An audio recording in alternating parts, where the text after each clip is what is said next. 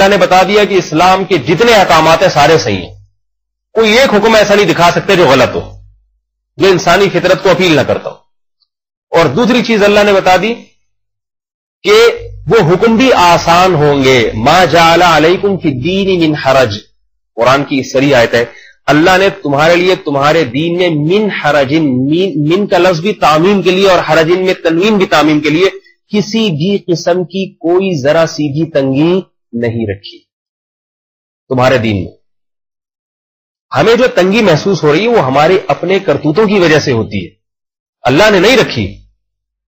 ہمیں جو فجر کی نماز میں تنگی محسوس ہوتی ہے وہ اس لیے کہ ہمیں نماز کی اہمیت نہیں، اللہ کے حکم کی اہمیت نہیں ہے، ورنہ یہی اگر جاب کے لیے صبح کوئی بلائے آپ کو، کتنے لوگ اسٹیل مل جاب کرتے ہیں 5 بجے گھر سے نکل جاتے ہیں۔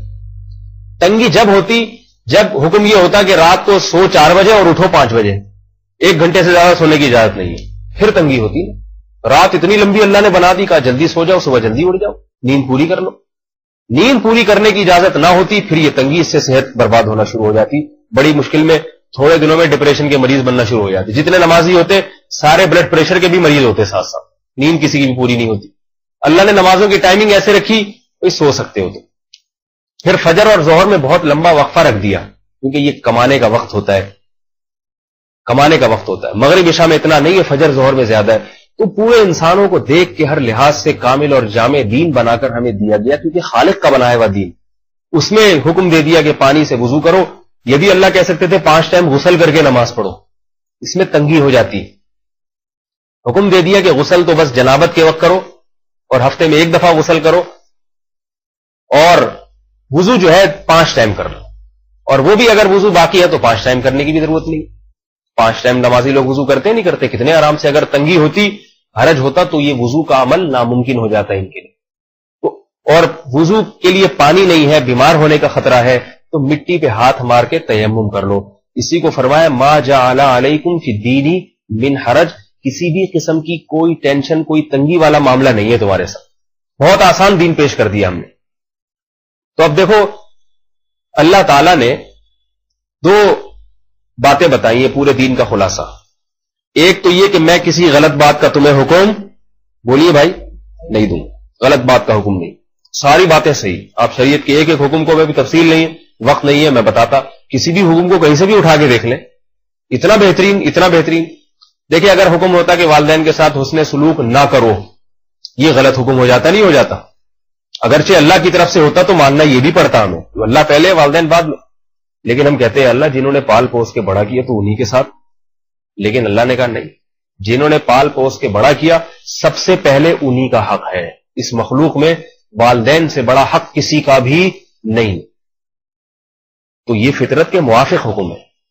قرآن نے حکم دیا وَلَا تَقْتُلُوا أَنفُسَكُمْ، قتل نہ کرو، اپنے آپ کو ہلاکت میں نہ ڈالو، اور فرمایا من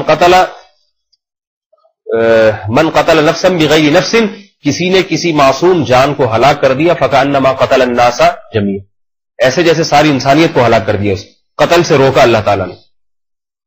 تو فطرت کے مطابق اگر اللہ حکم دیتا معصوم لوگوں کو مارنا شروع کر دو، بعض لوگوں کے مذہب میں یہ چیز داخل ہے، بے گناہ لوگوں کو قتل کرنا، ان کو خوش ہوتے ہیں اس انسانیت کو اذیت پہنچا کے خوش ہوتے ہیں وہ۔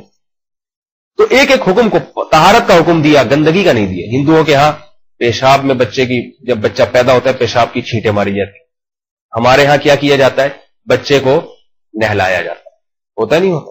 اس کے سر کے بال بھی صاف کر کے پھینکے جاتے ہیں، گندگی دور ہو جائے۔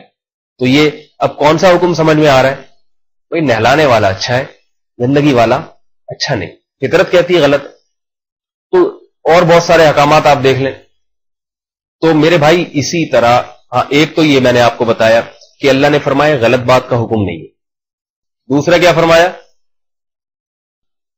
مشکل کام نہیں، صحیح بات بھی اتنی ڈالی ہے تمہارے کندھوں پر جس کی تم میں طاقت اور قوت۔ جیسے نماز پڑھنا صحیح بات ہے نا، اللہ کے سامنے سجدہ کرنا، لیکن یہ بھی ہو سکتا تھا کہ سارا دن سجدے میں ہی پڑے رہو، یا 6 گھنٹے سجدے میں گزارو، 6 گھنٹے نمازوں میں، باقی کتنے بچتے ہیں؟ 18 گھنٹے وہ تمہاری نیند اور کاروبار کے لیے، تو بھی مسئلہ خراب ہو جاتا۔ 6 گھنٹے کون تبلیغ والے کہتے ہیں نا 2.5 گھنٹے کی تعلیم، اس میں محلے کے 4 آدمی مشکل آگے بیٹھتے ہیں 2.5 گھنٹے کی، وہ بھی تعلیم ہے، نماز تو اس سے بھی زیادہ مشکل کام، تو اس میں کون آ کے بیٹھتا ہے اتنی دیر؟ تو اس لیے اللہ تعالیٰ نے فرمایا کہ کوئی تنگی بھی نہیں ہے، آسان آسان دین بنایا۔ تو اب میرے بھائی، اسلام نے جو اللہ کے شکر کی ڈیفینیشن کی ہے کہ خالق کا شکر کیسے ادا کر سکتے ہو، وہ یہ کہ اللہ کے ان احکامات پر عمل کرو جو بالکل فطرت کے مطابق ہے، اور وہ ہیں بھی بہت آسان۔ لہذا ہمیں پتہ چل گیا کہ اللہ کا شکر اگر کسی نے ادا کرنا ہے تو جن کاموں سے اللہ نے روکا ہے ان کاموں سے